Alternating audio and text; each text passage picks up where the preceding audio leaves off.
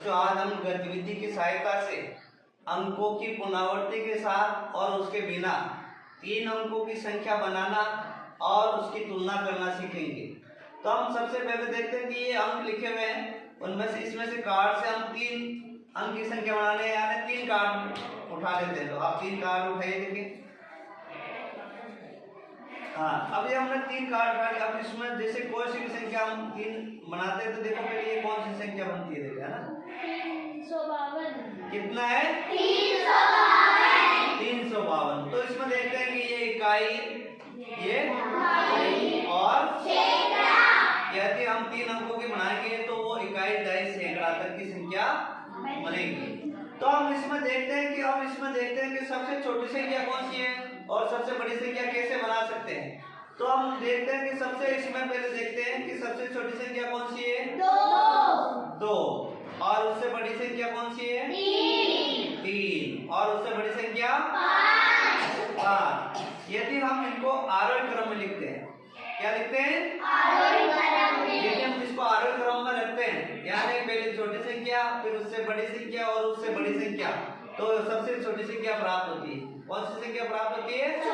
छोटी। यानी इन अंकों से बनने वाली जो सबसे छोटी संख्या है कौन सी है? कितनी है ये? 233। कितना है?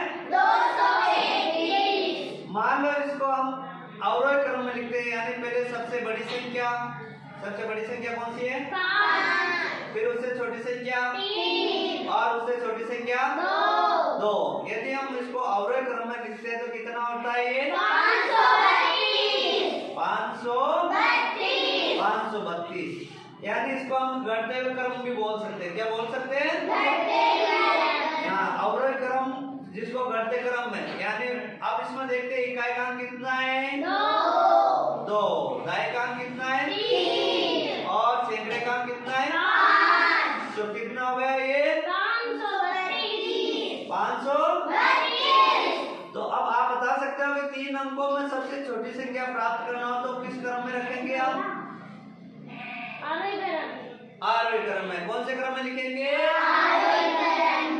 आरोही क्रम में लिखा हो, जैसे आरोही क्रम में पहले हम क्या लिखेंगे? सबसे छोटी, फिर उससे बड़ी और फिर उससे बड़ी। तो उससे बड़ी तो ये होता है आरोही क्रम। और यदि हम सबसे बड़ी संख्या प्राप्त करना हो तो क्या लिखेंगे? कौन से अंक में लिखेंगे आप? अवरोही क्रम में। कौन से क्रम में लिखेंगे? यदि हम अवरोही क्रम में जमाते तो इसको में कितना आएगा? 532। अब जैसे मान लो कि इसमें से कोई भी 3 अंक आप, जैसे हम दूसरे 3 अंक ले लेते हैं और इसमें देखते हैं कि इसमें सबसे छोटी संख्या कौन सी बनती है। तो इसमें देखो कि आप बताओ कि इसमें सबसे छोटी संख्या कौन सी है? 1। और उससे बड़ी संख्या कौन सी है? 2। और उससे बड़ी संख्या कौन सी है? 3। तो हम जैसे इसको आने यदि ऐसे देखते हैं कि ये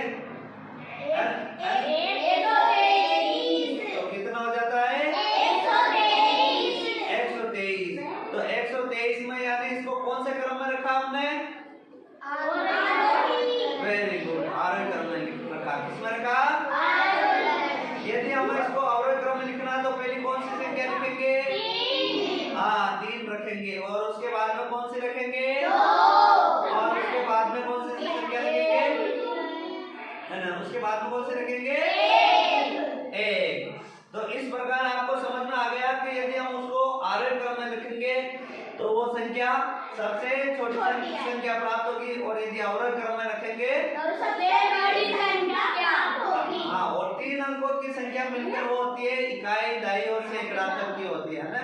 यानी समझ लो इसमें आया था 532 से आया था, और यानी हमें सैकड़ा तक की संख्याओं का पढ़ना हो तो इकाई, दहाई, सैकड़ा तक है ना। और यदि हमें सबसे छोटी संख्या प्राप्त करना हो तो आरोही क्रम में लिखेंगे, और बड़ी संख्या प्राप्त करना हो तो आरोही क्रम में। तो इस प्रकार आप भी अपनी कक्षा में इस गतिविधि की सहायता से बच्चों को 3 अंकों की संख्या को आप पढ़ा सकते हैं और उनको समझा सकते हैं कि किस तरह हम सबसे छोटी संख्या बना सकते हैं और किस तरह हम बड़ी संख्या को बता सकते हैं।